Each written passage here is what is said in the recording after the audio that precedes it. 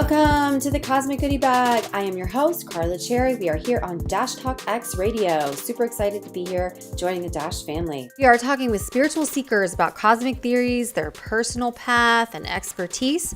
Our mission is to help people expand their consciousness and their awareness and provide tools to help them find their personal power. Do you want some personal power? I'm tired of watching superhero movies. Don't you want to have some little bit of that for yourself? It is ascension times, people. We'll be talking ETs, multidimensional beings, parallel universes. We cover it all. It's all in the bag. Why am I doing this? I don't know. Sometimes it's the red pill. Sometimes it's the blue pill. Sometimes you just slip and fall down the rabbit hole and you get a timeshare there. I have good news. Dash Radio. What? Our family is about to grow. Our Cosmic Goodie Bag family is about to grow. 10 million listenership. We're going to be in the Teslas and the GMs. We're going to be talking about spiritual and esoteric topics in a Tesla. What? Did my dream just come true? It did. And you helped me make this come true because you are the OG listener who's been there with me from the beginning. And I'm sending you a big, big hug. Tons of positive vibes. We are doing this. I'm also teaching a podcast course. So if you're looking to start your own podcast, check me out on cherryproductions.co. Cherry like the fruit, productions plural, .co. I am teaching others how to do this because it's so much fun. Also, I'm on iTunes. I'd love it if you could go over there and leave me a review. Subscribe. My guest today is incredible. He's this beautiful androgynous being that walks in the door. He just starts channeling, just starts telling you about yourself. If you ever get a chance to do a reading with him, I highly recommend it. You will be blown away. And here is my interview with YaYa. YaYa is an empathic, intuitive, medium, and shaman whose practice includes crystal therapy, animal totems, chakra alignment, angel therapy, color therapy, feng shui, and he gives readings.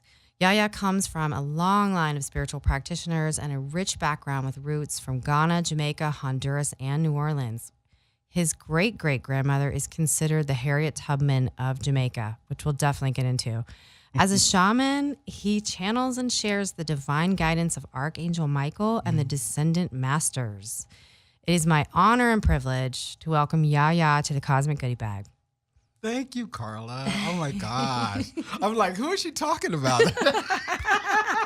When you hear it read, right, you're like, wow, I'm impressive. Oh my gosh. I'm like, I like to get to know who that is. You're like, where is he? I'm going to take that.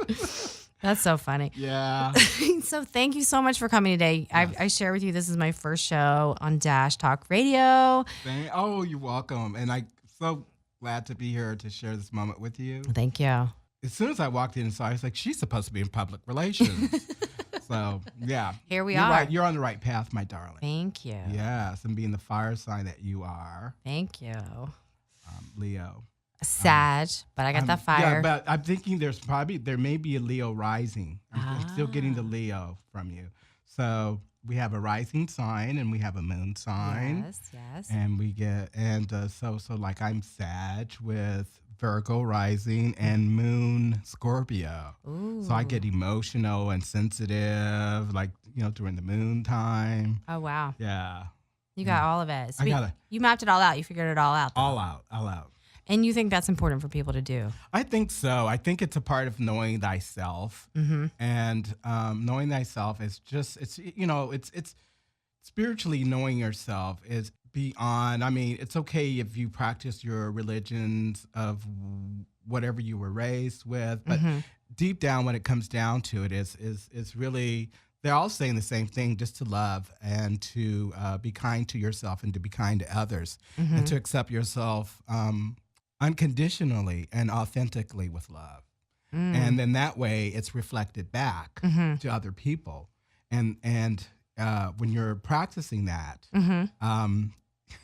it kind of separates, who you're supposed to be around with, because people will see their own reflection, and some people don't like to see what they see. Interesting. Which means I have to go and work on it. And we all have this, we all have a little shadow side, and it's embracing that side of yourself too. Oh, wow. So you believe we all have a light and a dark side? Well, I wouldn't say light and dark, because it's kind of like this, kind of like the duality, like good and bad. Right. We're all just here having a human experience. We're spirit. And there is no failure. And I don't know why that is taught, with, when we're in at grade school, you're getting the Fs and the Ds and the poor and all that stuff, or when you're stumbling through adversity and you're beating yourself up about it. Some people carry it for years. You know what's interesting? You can also, because I was this is going to sound braggy, but I was an A+ student, Yes. as an A student. So that hurts you in adulthood too, because life is not, you can't go out and get A+ anywhere. A+ is everywhere. Right. And so the thing is I've gotten all A+, and I have this high GPA, but I'm having terrible socialization and life Right. Relationships. Right. And I'm not conquering that. Basically, we all have to learn all aspects of life. That's what we're here. This is the school. This is where you get your PhD. I just lost my aunt maybe a week ago, and in her death and everything, she told me, I spoke with her, and she told me not to fear. I thought that was one of the most powerful things that anybody could ever say on, in their transitioning. And I thought, I'm not afraid, but the ego said that. Right, right. And when I got home and I was thinking about it, and I was thinking, there are some things that I'm afraid to venture into, And so that's what she was telling me. Basically, don't live your life in fear because you're not living. And so this is like if somebody invites you to go on a trip, and you can go, and it's feasible for you to go, and you're probably scared to fly. You don't go, you miss out on it. So it's that thing of experiencing and overcoming the fear and adversities and working with it. And then that way you can probably teach that to somebody else who's going through the same thing. So what we're doing is we're learning, and then we're teaching what we learn to other people. That's and beautiful. They're doing same thing for us. And then Source, whatever you want to call Source, he or she or male or female, they don't care. It's just basically they're experiencing through us. And so... Oh, that's beautiful. Yeah, they're experiencing through us. And the thing is so when you're in pain and you're going through adversities and you're like, oh, why me? Why is this going on with me? And it's basically, why not you? Oh. Why, you signed up for this. You've signed up for this bad camping trip. My friend Sylvia Brown used to say, This bad camping trip? Yeah. That's hilarious. You get all the tools to come down here and to live life. But once you're here, it's almost like we forget everything, and we forget what tools we're supposed to use. And then we go through the experience to remind ourselves, or someone comes along the way to remind you of who you are. So I want to hear, so I want to take it back. I'm all over the place. No, because I want to get into your transition, but I first want to go back and I want to hear when you were a child. Yeah. Everybody that I talk to has sort of a similar theme where something happens and they realize that they're kind of not like the children around them. So do you have a memory like that? Yes. I had, as a child, I grew up in a place called El Paso, Texas. And this was in the 60s, and it was a very, very safe place to live. And we're close to like a military base. My dad was in the Army. And it was Fort Bliss, Texas. That is stationed right next to Juarez, New Mexico. It's right there, the borderline in El Paso. And so I grew up with a lot of Hispanic friends and culture. And then my mother being Mayan, she was also Spanish, but she was Black Latin. And so when I grew up in that way, I had my friends, I didn't realize that the friends that I had in my life were also a lot like me. Now that I look back, I had my best friend, his name was Leo Ramos. Leo, if you're out there listening to this, I don't know where you are, but Leo taught me about looking at the stars and told me, showing me what the Big Dipper was, showing me the zodiac signs in the sky, like, you're Sagittarius, you see that bow and we would study the stars up How old were on the you? top. I think that was second grade, so I had to be 6 or 7. Wow. Earlier than that, I used to see people who have passed, and Oh, you did. yeah, or people who are going to pass. And what that looks like is like candle wax burning, melting. And I saw this woman who was a lodge sister of my mother's, and she didn't like children very much. And I was scared of her. She said she don't like Really? kids. Yeah, I just knew her energy. I felt it right away. She had dogs, and she would say to us, I have dog because dogs don't talk back. I was just really scared of her. Her name was Laura Bluford. I'll never forget it. Anyways, she was melting right before my eyes. Wow. And Wait, you saw candle wax? like melting, like candle her wax. face was melting. Melting. And you're awake, and she's awake, and you're seeing Yes. her face melt. Yeah. Wow. And I didn't know what the hell that was. How old were you? I think I had to be about 5 or 6. Oh my gosh. And of course I screamed and yelled, and and I saved the story because my great grandmother Catherine Medina was like my protector, and she kind of like reared me for this. She knew what I had, and she would explain to me that you can't express yourself to other people. They're not going to understand this.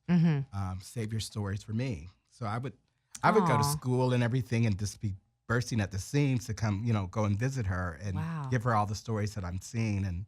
And so when I told her about the lady melting, she said, "Oh, honey, she's passing." Oh my gosh. So the lady had cancer, and she passed maybe 3 weeks after. That's crazy. Yeah.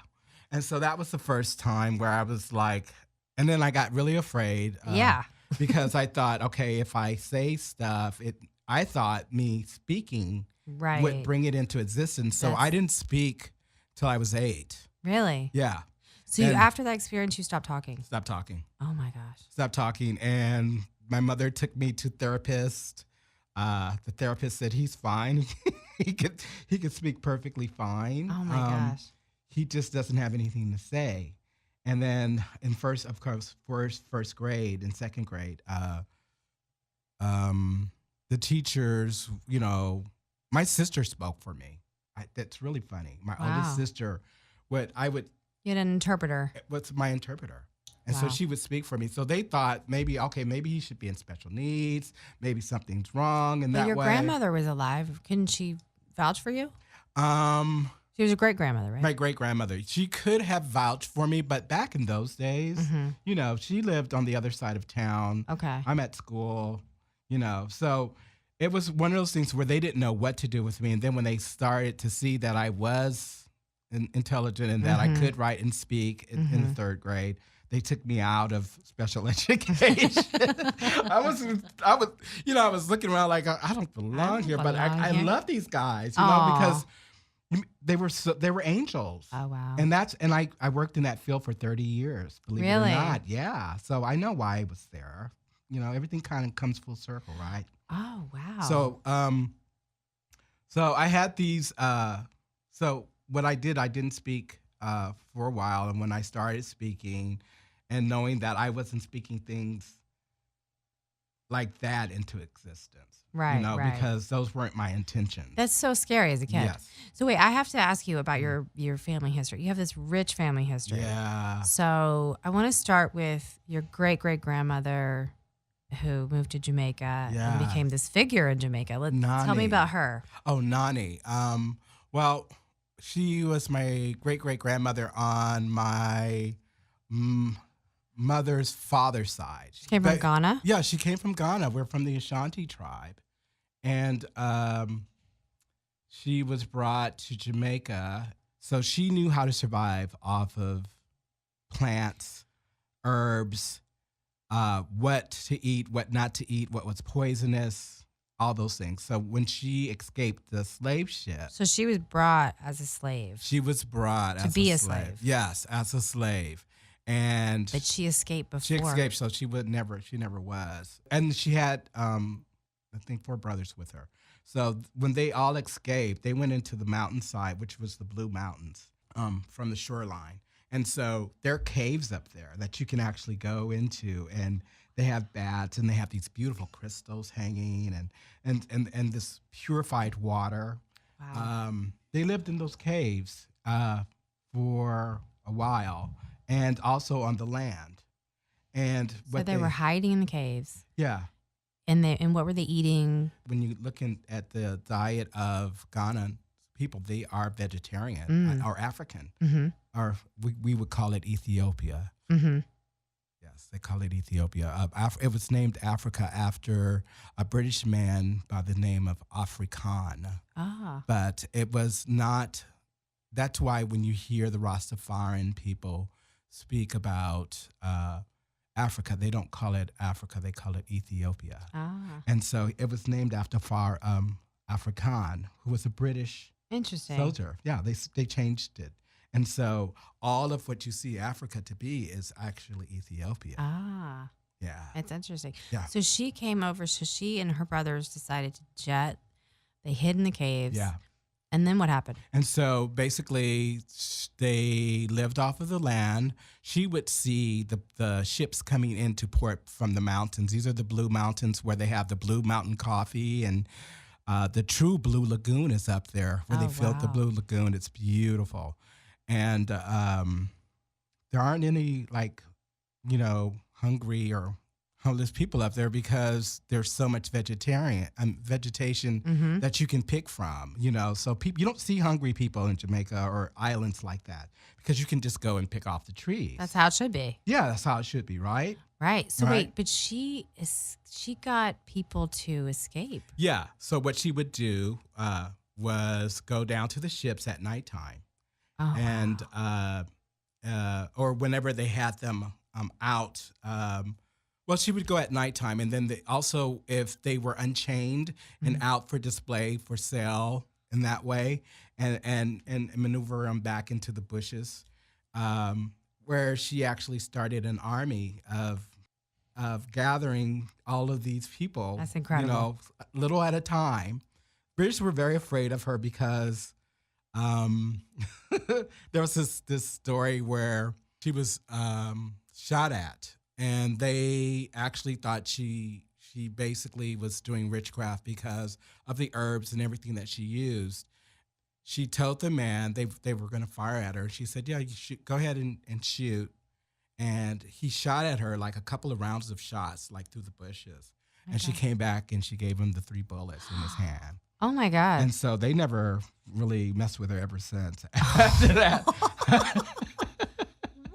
What did she do? How did she do that? Nobody knows. Nobody knows. And so she was depicted as, witchery. Yeah, So she's basically the Black Harriet Tubman of Jamaica. And that part of Jamaica, which is Maroon Town, is sacred because it has its own independence. It's the British don't own it. It's just... So they went away. They were never slaves. These are Jamaicans who were never slaves, who are the true Rastafarians. Really? They don't cut their hair. They grow their they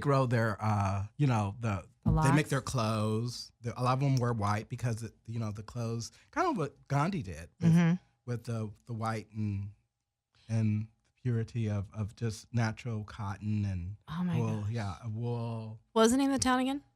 What's the name of the town again? Maroon Town. Maroon Town. So nobody was ever a slave there because of her. No. That's and incredible. then there's still, we still have, if you are a part of this, you still have rights to be buried there, for free or. Really? Yeah. And so she's on the money, and she's also in statues. She has a statue. Yeah. That's incredible. And so when my sister did the research, we went through, I guess, the Pepperdine University and then the Mormon. Really? Actually, got a lot of information. This is before Ancestry.com. Right. So my sister, being the historian who she is, she's a doctor in psychology. And so she actually found all this information through my uncles. Incredible. And follows this is the bloodline. On my mother's father's side, they were like a fountain of knowledge. They were giving us stories, which is great because it connected us to history, right? And then being able to talk about it, because a lot of things people don't want to talk about the history and what happened, and so that's how we got a lot of the stories. And then so when my mother, Queenie, her name's Queenie. That's awesome. That's Queen Nani is my great grandmother. So my mother's nickname is Queenie, but her first name is Ondine. Okay. And when she went to Maroon Town, she looked so much like her. The women started wailing.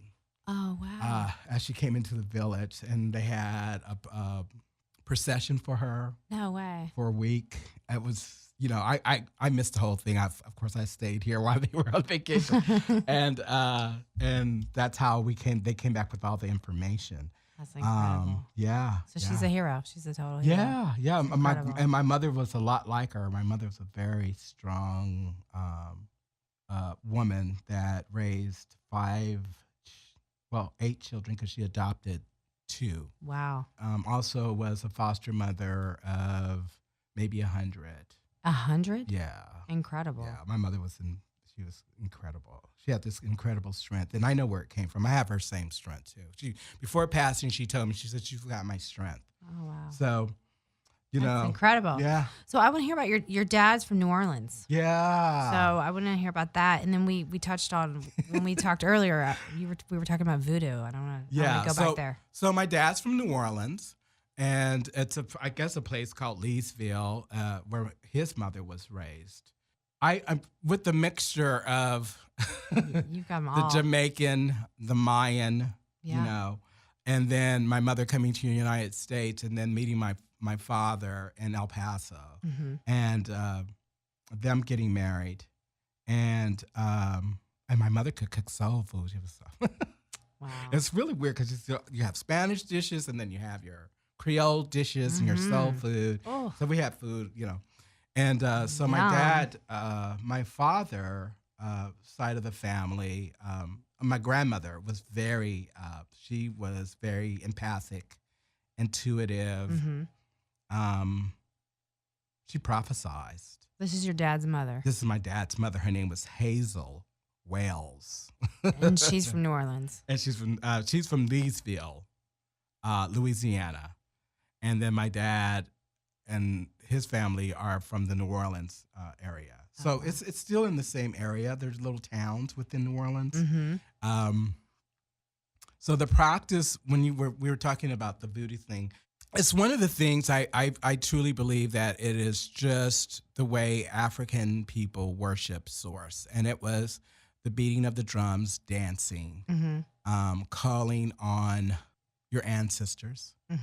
And your sentinel figures or deities that will assist you. Like, if I'm calling on Archangel Michael, I work very well with him. It didn't get a bad connotation until after, the English and the British looking and seeing this is this very strange way of, what are they doing? Worshiping. They didn't understand. And so it seemed to them like magic. It seemed to them like, because they go into a trance as they're dancing. And the music, you have the drums, you've got the fire going, you have the oils going, you have, there's rituals. And so them not understanding this seemed to be, very, they were in history. What I've read, they said that it was barbaric. It was ununiformed. They couldn't really find a sentinel figure. And what they were saying is, is that Source is everything. You see, you don't need a figure. Yeah, you don't need a figure. It's all around you. Yeah, and in Christianity, and traditionally, we need the Jesus, we need the right. People want to worship. Nature is your best teacher. You see, and so it's got this bad connotation behind it. So it was very pure, just like I would say the Wiccan community, where that is also a part where I always, when I come across or speak with Wiccans, I always say, don't call yourself a witch, because the back, it is what holds whatever is like behind it, those connotations behind that word are very negative. Why not just say Wicca, and which Wicca really means to be awakened. Awakened. You know what's interesting? How many of us are awakened? Right. Right. So it's interesting because I interviewed a witch. She was the head of a coven, and I asked her that. I said, because it has such a bad connotation, why not rebrand yourself? And she said, never. Yeah. She wears it like a badge. Yes. And I think what I got from it is she loves being a badass. Yes. She's like, and I've done. And you have certain ones that work in the light, and some of them that work in the shadows. And I've come across all kinds of things. Aliens, Well, I was going to ask you. Yeah. What is your experience with extraterrestrials, if anything?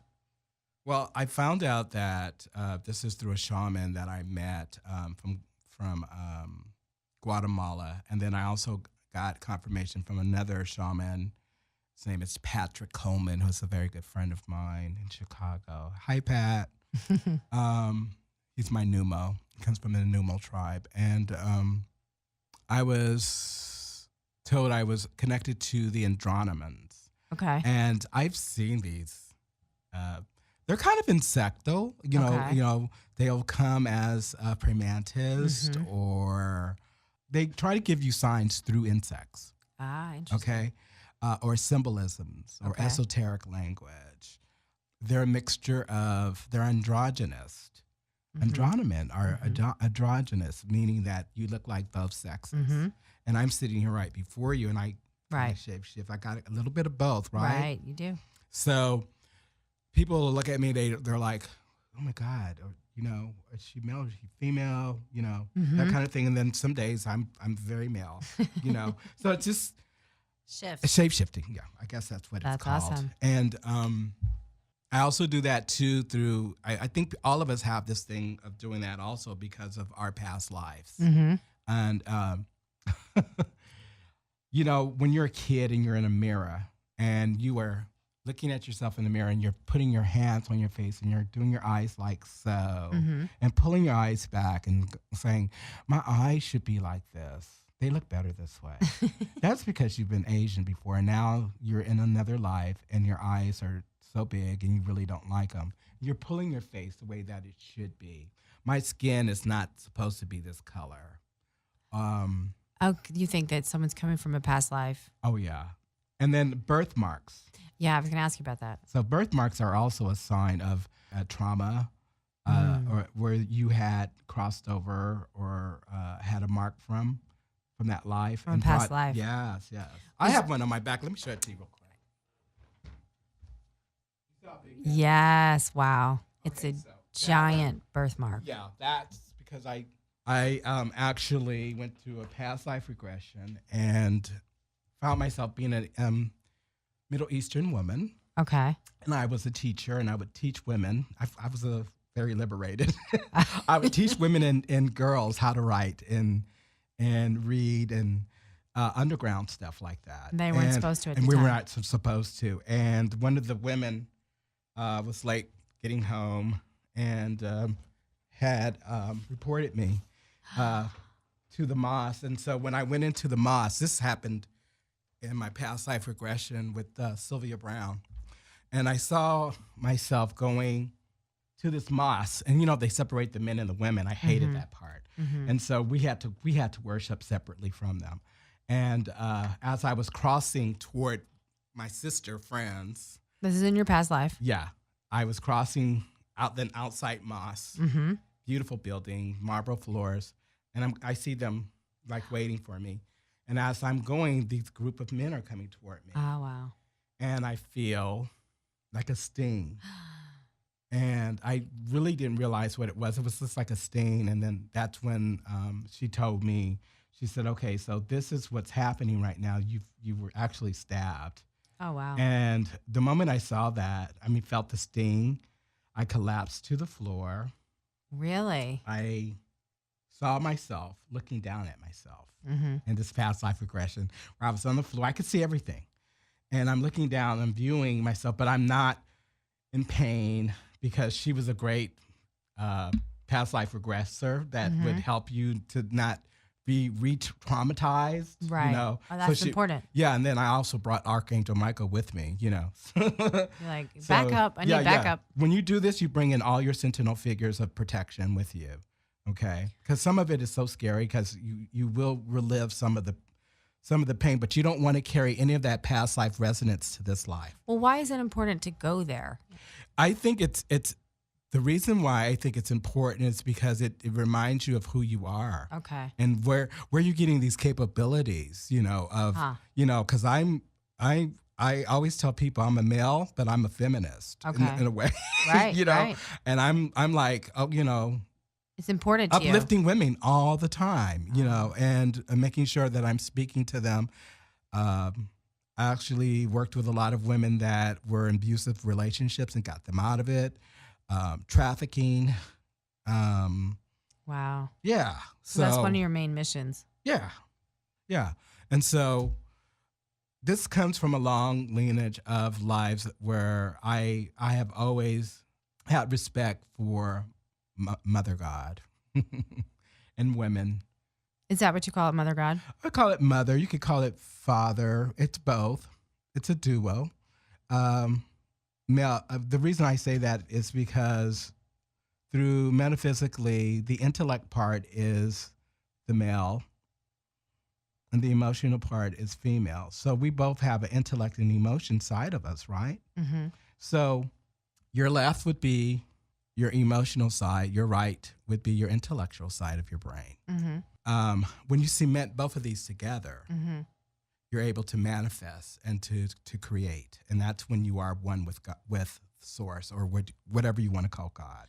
And our culture is It's becoming embracing both. more balanced now. Yes. It's a beautiful thing, right? Yes, it is. So the more that you Personally. are comfortable Mm-hmm. with your male and female sides of yourself, your intellect and your emotion, you are able to create miracles and you're able to manifest and you're able to have great relationships because you're understanding compassionately. You know, as men, we are taught not to cry, not to do this, not to do this, not to feel emotion. Don't do therapy. Don't do therapy.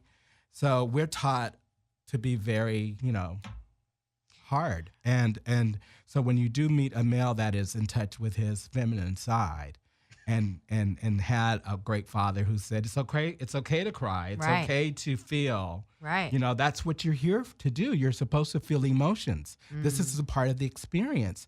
How can you come to Earth, to this great learning school, live several lives? Because, you know, we have life themes that we'll get into that another time. But life themes are what you had, your contract of what you said you wanted to do when you got here.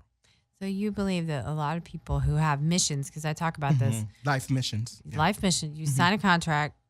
Yeah. Going down. Yeah. This is what I'm going to do. Because a lot of people. Yeah, and you gather all the people. You have your angels. You've got your consul with you.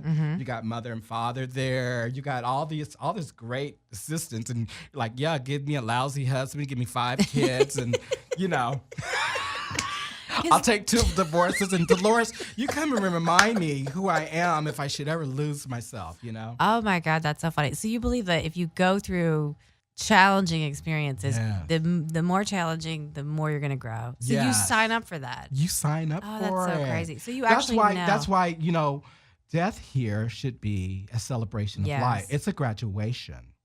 It's a graduation. My God, you've learned so much. You've come so far. Well, what and about your level of frequency is much higher. If you live in a perfect environment, the other side, which is called Qumran. Okay. And I don't know why people are looking up in the air because heaven is only 3 feet off the ground. Really? Yeah. It's in the dimension. We're actually like ghosts in their dimension. Really? Yeah. Okay, you got to break that down. Yeah, they're more solid than we are. Meaning that, you know, we're heavy. for dense. Yeah. And so they're more put together. You know how the gravity goes with age. Okay, so they don't droop and everything at 50 and all that stuff. And, Who is they? You mean people are on the other side? Yeah, the entities that are on the other side that have crossed over. That you have entities over there that don't want to come here. Right. And you have every choice. You have a choice to either come here or not. No one's forcing you. Just like you have a choice in life here. So bring back heaven's 3 feet off the ground. Mm-hmm. So, so we're commingling in heaven right now. Yes. What? I've never heard anyone say that. So a lot of things that we see here. Okay. Say like the statue of David or those beautiful architecture statues that are, half armed. Right. You Venus. have to do the Venus. Okay, they're in perfection state there. In fact, everything on the other side has a vibration. Okay. It actually vibrates. The colors are even more vibrant. Okay. There is unconditional love. So there is no ego there. Right. So when I say like it's only 3 feet off the ground, meaning that through our experiences that we're having here, we are so close. Heaven is not like up in the sky on a cloud. It's kind of everything that we have here, we have over there, but even better. Okay. And so it's almost like as above, so below. Right. And everything is in its perfection. We have halls. We have the Hall of Wisdom. We have temples on the other side that we visit when we're in our dream state. That's another topic that we have to go through. This Astral world. Yeah, when you are astrally traveling through your dream state, every time that you go to sleep, you're in nirvana. You're But 3 feet off. what if you're having a dream and somebody's killing you or you're killing somebody else? How do you explain that? Okay, so the bad dreams come from another level. There are different levels. There are like 10 levels. Okay. So there is, how about if I told you there is a place where our thoughts and our creations go to, like the boogeyman, people who work in the art industry who do all these masks and monsters and stuff. There's a place for that. Every place anything that we do is documented and it has a place to go. Okay. Like So every drawing. Everything. It's all in the library in the sky. Right. And you don't want to get stuck in that dimension, which is, I think, it's the 6th and 7th dimension. And that's where the little nightmares and the spooky man and all that other stuff is. Really? It's not a dark place, but it's kind of frightening. Okay. Well, I don't like using the word frightening because we're not supposed to be in fear. But it's intimidating. Okay. It's intimidating. Thank you, Michael. He said don't use the word fear. Okay. So there's just different levels. Yeah, different levels. That's like the scary hall level. Yes, and so when I come back, we'll talk about some of the levels and the levels of.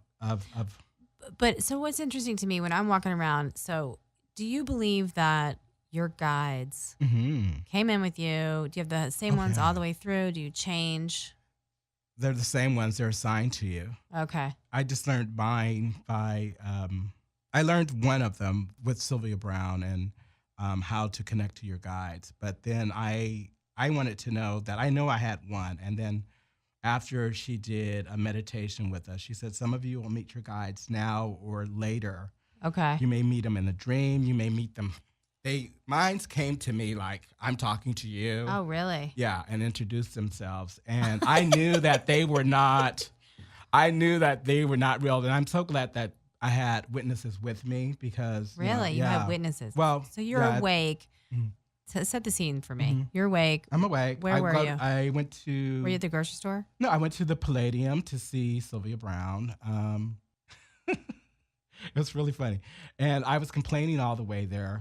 My boyfriend was taking me there, and he was I was not into it. And I was like, I just got off of work. I don't even want to be here.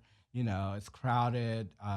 Who is this woman? Right. How long ago was this? Oh, my gosh. I think in the 90s, 1993. Okay. So I get out the car, I go there, and when I'm in line, I see the speech pathologist that I work with at my school. And I'm like, hey, Linda, what are you doing here? She's like, we're here to see Sylvia Brown. Do you know who she is? I don't know who she is. Okay. So everybody's looking at me like, you don't know who she is. No, I don't. Yeah, you speak very highly of her. Yeah, because she made an impression with me. She actually helped me with my gifts. So then you're sitting there in the seat, and do your guides introduce themselves to you as you're there? Well, when she came out on stage and she did her meditation, the moment she came out on stage, I got to tell you this. It was just, I knew her. Oh, wow. I was like, I know this woman. And my boyfriend was telling me that we had so much in common. He was also, and he's empathic. Mm-hmm. I was not following along with, the universe, You hadn't gotten there yet. Hadn't gotten there yet. Right. I mean, my thing was, I wasn't. You're busy. There. You're in Hollywood. You're probably trying to be famous. Yeah. And I just wanted to sit down. So this woman comes out, and then so she does a meditation and stuff. And after she does it, I'm like, yeah, okay, right. And so we leave, and we go to Pink's.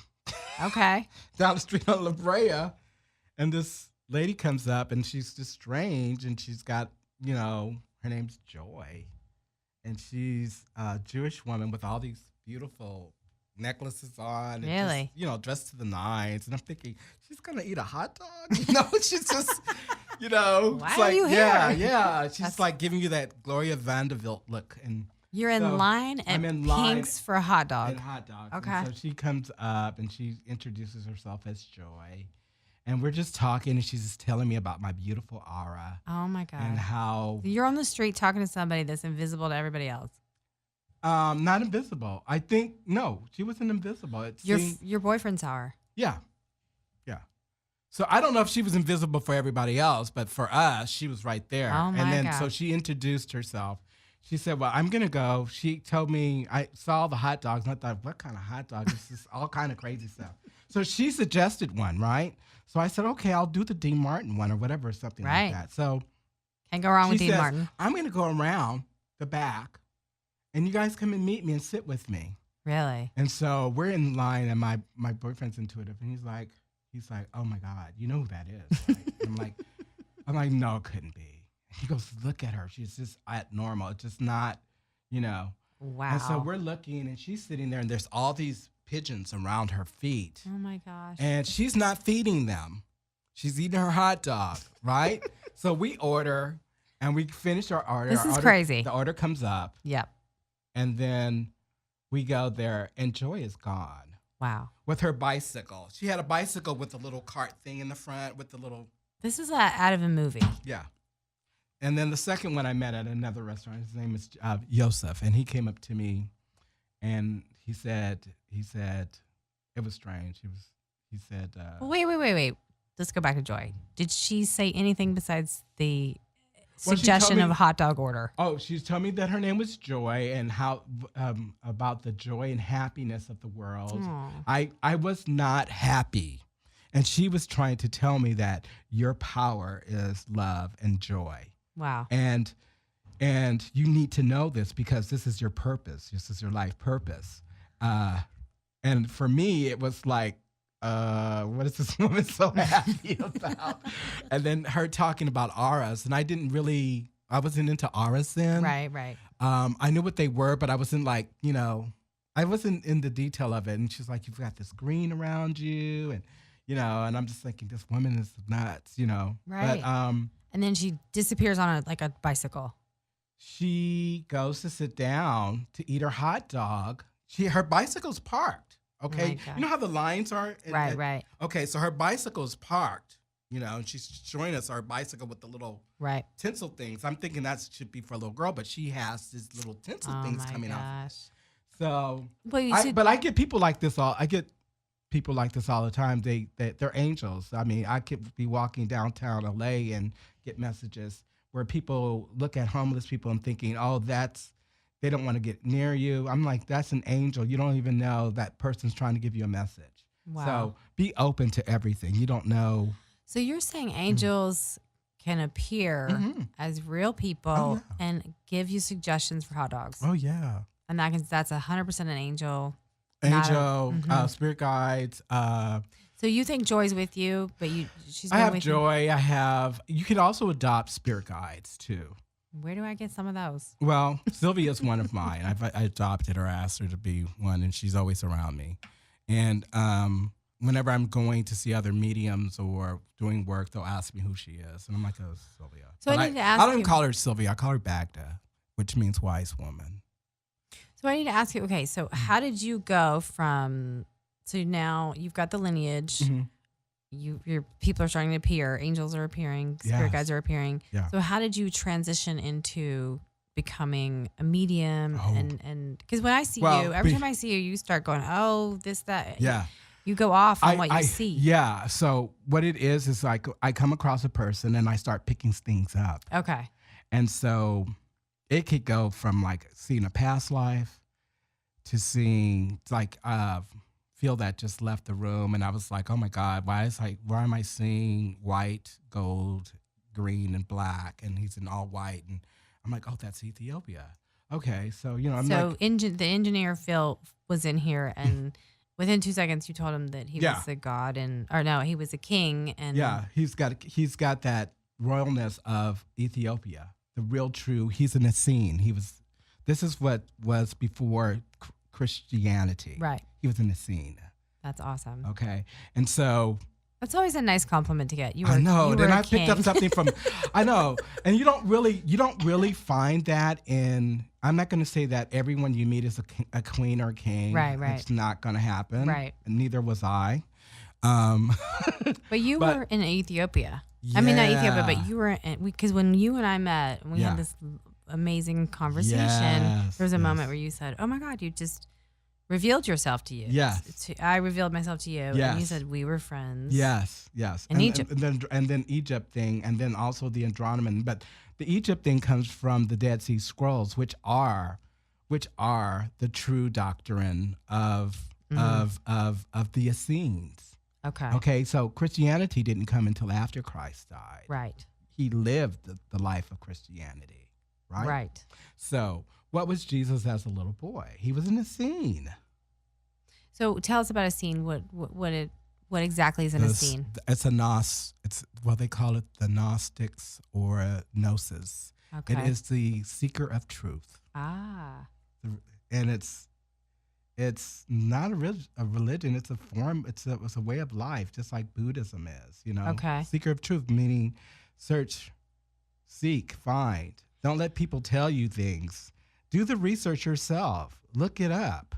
Right. So people say that Christ reached a certain level, that Christ energy, but that's possible for everybody. Yes. That is the now that is what a lot of cultures and religions are all saying the same thing. They all have a Jesus, like Buddha, and, all the ascended masters, right? And I just found out that Krishna is Jesus. His name is he's Jesus. They said that Jesus basically, he did. He studied in India. After the crucifixion, people think that they're going to be kind of mad about this. Well, after the crucifixion, he didn't stay in the Middle East. He had to flee. They wanted to kill him. He those 44 years of his life that disappeared. Nobody knows what happened. Jesus was abroad and studying. He was abroad and studying. Wow. Okay. Europe. You're talking about, okay, let me just break this down because didn't he die at 33? Like you're saying that was a staged death and then he left and studied in India? Studied in India, He didn't die. Well, he wasn't he wasn't on the cross? He was on the cross. He was crucified, but he escaped he escaped it through. You got to remember, they always depict Jesus as being poor, coming from a poor family. His family was very rich. Mary came from wealth, and Joseph came from wealth. Really? Joseph was a carpenter. Mary's lineage of her families were carpenters, and her uncle Joseph was also well-to-do. And so there's a book called the Mystery of Jesus by Sylvia Browne. There's also a book called Jesus in India. And really? we read these two books. This is controversial. I don't really talk about it a lot because people get hot and heated, but Right. it's about searching and opening your mind to do the research and to open, to be open to read, and you find all these things out that are not spoken. Right. And when you really think of the number 33, which means manifestation, Okay. it's when you come into your awakeness of who you are, Mm-hmm. the true of who you are. That's why the 33 is important. It's when you're enlightened. Mm-hmm. When you're seeing threes. Yes, and Something's you're going waking down when you're seeing threes. It's telling you that things now are appearing. Everything that you have thought you knew, you really don't. Mm-hmm. And new things are happening, and you're finding all this information, and you're mad because you're finding out the truth about some things. Right. And then it also makes you look at yourself. Right. And seeing the truth in yourself, and then some of the history that is left out. Why did they leave it out? Like, the Gospel of Gnostic Christian Bible, which is the Essene Bible. Why would they take out all of in this Bible, there's a Gospel of Mary. Who would know Jesus better than Mary? Why would you take out her gospel? Really? Why would you take out the Gospel of Mary Magdalene? And which heard was his Thomas. favorite disciple. Right. And also family. She was family. Yeah. How was she related? No, I love this stuff. Like, Okay. bring it on. So, it was known that Jesus and Mary Magdalene actually had children. Okay. Yes. Okay. Yes. So, And they were not married. They were married in sacred. I would say within A sacred ceremony. Yeah, sacred ceremony. But the reason why they have that Louvre and everything that's going on in Europe, because when they went to Europe, Jesus, Mary, his family, her family, when they went to Europe, this is called the Rosicrucians. And that was the church of Mary Magdalene after Jesus' death, when he actually died. Okay. She started her church. He was in Europe when he died, and she started a church. She started a church. Called And it's the Rosicrucians. Interesting. And that's why they're saying that her grave spot is under the Louvre. Really? Yeah. Wait, so for people who want to go read about this, Mm-hmm. any books that they should check out? I would look for the Gnostic Christian Bible by Elaine Pagels. Read anything on Sylvia Browne, because she is definitely... She tapped into it. She's the minister of Novus Spiritus, which is Novus, the Dead Sea Scrolls, and studying them. Interesting. Yes, and she was also my teacher. This is good stuff. Yeah. Okay, so we're this is really, I didn't know we were going to go here, but this is awesome. I didn't either. It's kind of like, ooh, okay. No, but this is about this is what this show is about. It's not about, hey, I'm going to tell you what to believe. It's about we're opening our minds. Opening your minds. I just realized that everyone's saying the same story. Mm-hmm. Everyone has a messenger. Everyone has a mother and a father God. If you look at all religions, the Western civilization are the only ones that do not have a matriarch symbol. Right. It's all patriarchal. Exactly. And so why is that? Right. So they don't even want to even associate the moon with mother. Well, we have Mary, but it's all, growing up as a young woman, you realize, oh, you're kind of Mary is restricted. She's purity. She's right. She didn't even, she didn't even. She even have the baby. Yeah. Yeah. So it's like you're either a whore. Yeah. Or a virgin. And what do you think about Mary Magdalene, poor thing? I mean, back in those days, you could not travel with men in those days. You were known as a scarlet woman traveling with men. You were not supposed to walk and be with men. You were always she was with them. She was with all of them, all the disciples, and he was her favorite. Yeah, there needs to be a movie about her. Yeah. That would be a great movie. How about the Gospel of Judas? That's in there too. Okay. And a lot of people aren't going to like that, but there's the pot. There's a part where Judas had to play out his part, and right. Jesus knew this and told him you need to play your part out. Interesting. This is a sign. He knew. Yeah. So him taking his life wasn't about him betraying Jesus. It was just the thought that he had to go through with that and couldn't live with that. Right. It wasn't about I betrayed him. It was one of the things that had to be. It was written in the script. He couldn't live with it. It's almost like someone who kills somebody in this life, and you see them. They're in hell in their own minds. Right. How many cases have we seen like that? I want to talk to you forever. But I know. we're gonna have to come. We're gonna have to come back. I feel like I'm all in bits and pieces, but No, it's fantastic. It's fantastic. Yeah. We're gonna have a part 2 with you. I just want to ask you really quickly, just firing off some questions. What's the exciting thing about being alive right now? Oh my gosh. What's the most important thing right now is that I am loving myself unconditionally, and I'm reflecting that back to people, and that I have joy in my life. And there's only 3 things that I think that I know, not think that I know.